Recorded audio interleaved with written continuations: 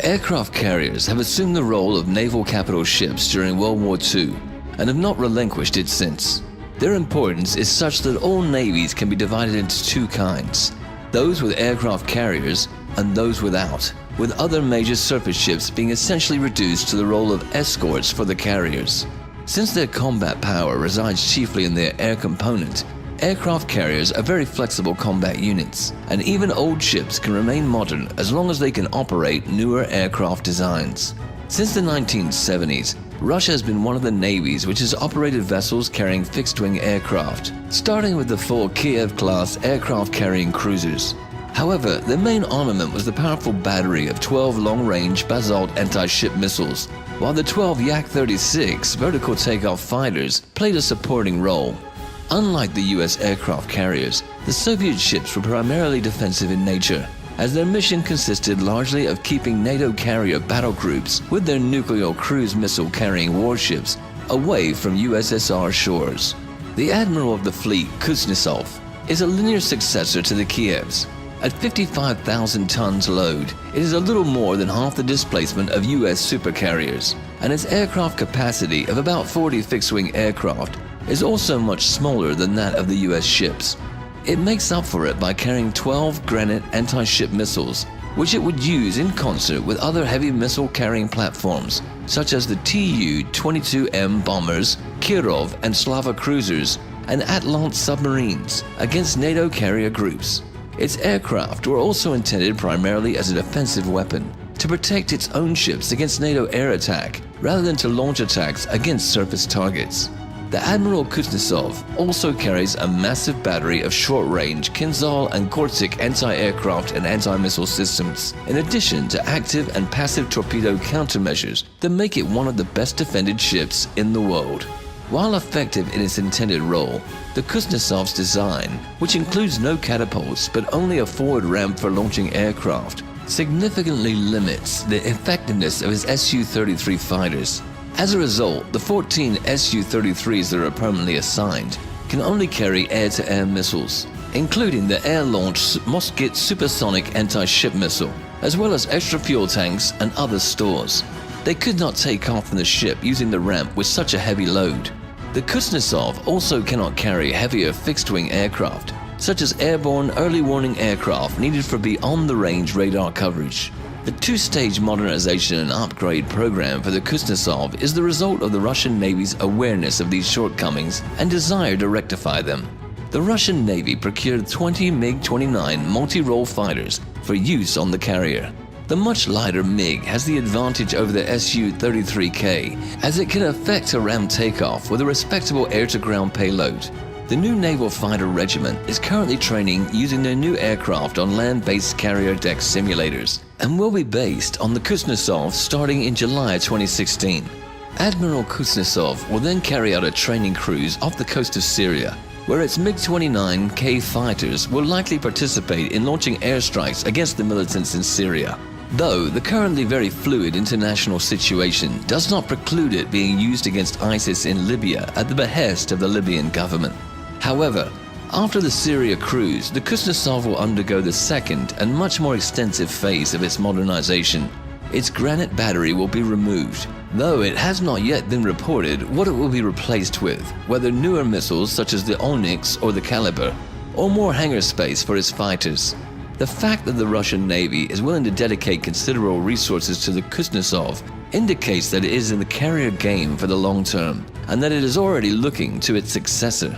The experience of operating this carrier in the upcoming years will no doubt clarify the Navy's thinking concerning what kind of carrier it desires, and it is unlikely its successor will be similar to it.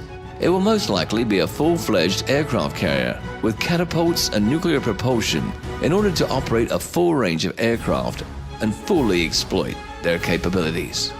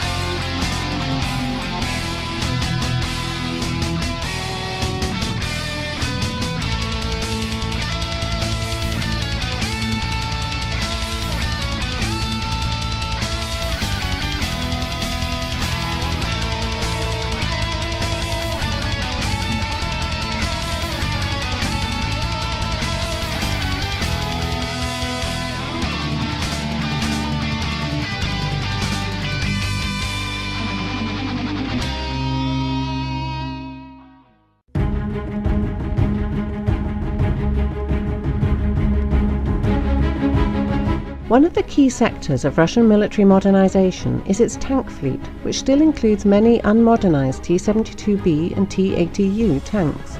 In order to close the tank quality gap with NATO, Russia opted to upgrade the T-72B to the T-72B3 standard, a modernization that yielded a modern tank comparable to the T-90 at a fraction of the cost of buying a new T-90. The T-72B3 tank, which entered service in 2011 at the rate of about 200 a year, and which became widely known thanks to the annual tank biathlon competitions, was intended to be a stopgap measure until the T-14 of the Armata family became operational.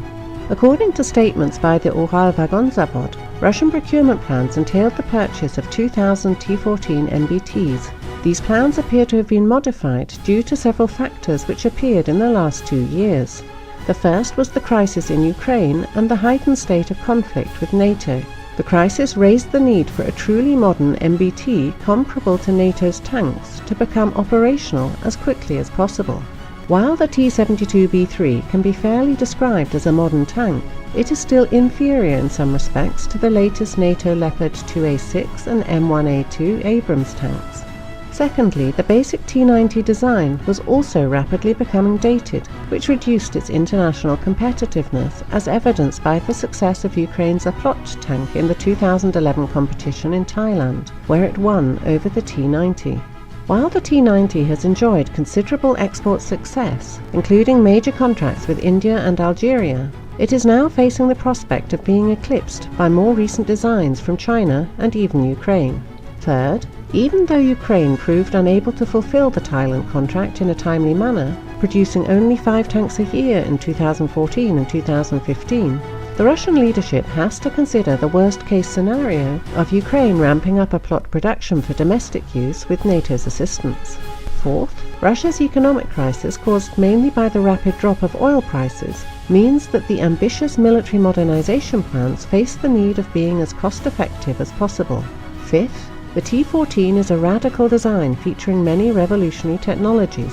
It is a technologically risky project featuring many as yet unproven technologies, with the possibility of developmental delays. Since its design is very different from earlier Russian tank designs, its introduction would also require considerable changes to the training doctrine, as tank crews trained to use Russia's current tanks would be ill-prepared to use the T-14.